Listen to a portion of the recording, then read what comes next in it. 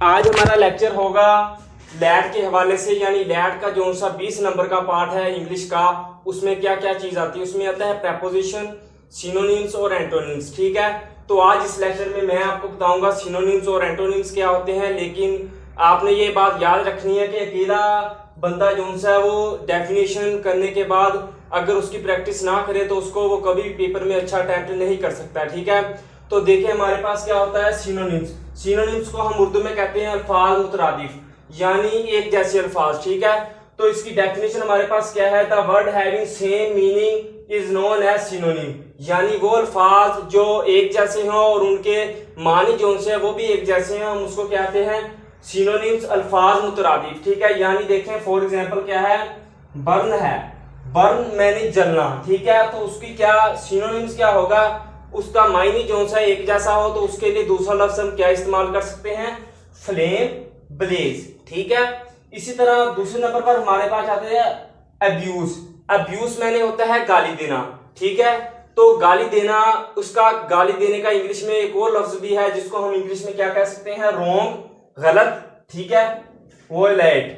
ठीक है, तो ये हमारे पास क्या आ गया, दो एग्जांपल्स हो गई। इसके बाद मैंने एक वीडियो अलहदा बनाऊंगा जिसमें मैं पूरा लेक्चर रिकॉर्ड कराऊंगा। ठीक है, सिनोनिम्स और एंटोनिम्स की एग्जांपल्स। ठीक है, जो लैट के हवाले से बहुत इंपॉर्टेंट है। ठीक है, तो हमारे पास तीसरे नंबर पर क्या आ गया, कैंसल।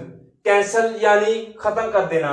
तो अबॉलिश, अरेज, अरेज यानी खत्म कर देना। ठीक है, तो इसी तरह अब हमारे पास क्या आ गया, डेंजर यानी खतरा।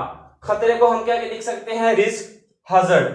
ठीक है, तो ये हमारे पास डेफिनेशन और चंद एग्जांपल थी सिनोनिम्स यानी अल्फाज मुतरादिफ की। उर्दू में भी सिनोनिम्स और एंटोनिम्स यानी अल्फाज मुतजाद और मुतरादिफ आते हैं। यानी 5 नंबर अगर आप ये कर लेंगे, 5 नंबर आपके इंग्लिश में, 5 नंबर आपके उर्दू में पक्के होंगे। ठीक है, तो लैट के हवाले से देखें, अब हमारे पास आ जाता है मुतजाद यानी एंटोनिम्स। एंटोनिम्स को हम कहते हैं अल्फाज मुतजाद। इसका की डेफिनेशन क्या है, the different words having different meaning is known as antonyms, यानी वो अल्फाज जो पढ़ने में और उनके मानी भी एक दूसरे के उलट हों वो अल्फाज मुतजाद कहलाते हैं, यानी एंटोनिम्स कहलाते हैं। यानी जिनका पढ़ने में भी और उनके मानी जो से हैं वो भी एक दूसरे के उल्ट हों, यानी सुबह शाम। ठीक है, इसी तरह दिन रात, ये पानी हवा, ये एक दूसरे के उलट है तो हम इसको क्या कहते हैं, एंटोनिम्स यानी अल्फाज मुतजाद।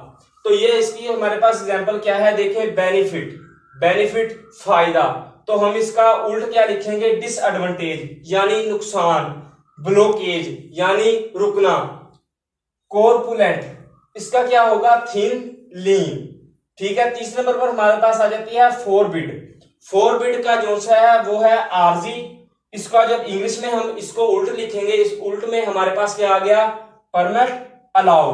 तो ये थी आज के हमारा लेक्चर नंबर 1। ठीक है, तो अगर आपको वीडियो अच्छी लगे तो इसको लाइक करें, मेरे चैनल को सब्सक्राइब करें। इसी तरह मैं नीचे डिस्क्रिप्शन में पूरी लिस्ट दे दूंगा, आपने वहां से पूरी लैट की तैयारी करनी है जो सा 7 अगस्त को हो रहा है।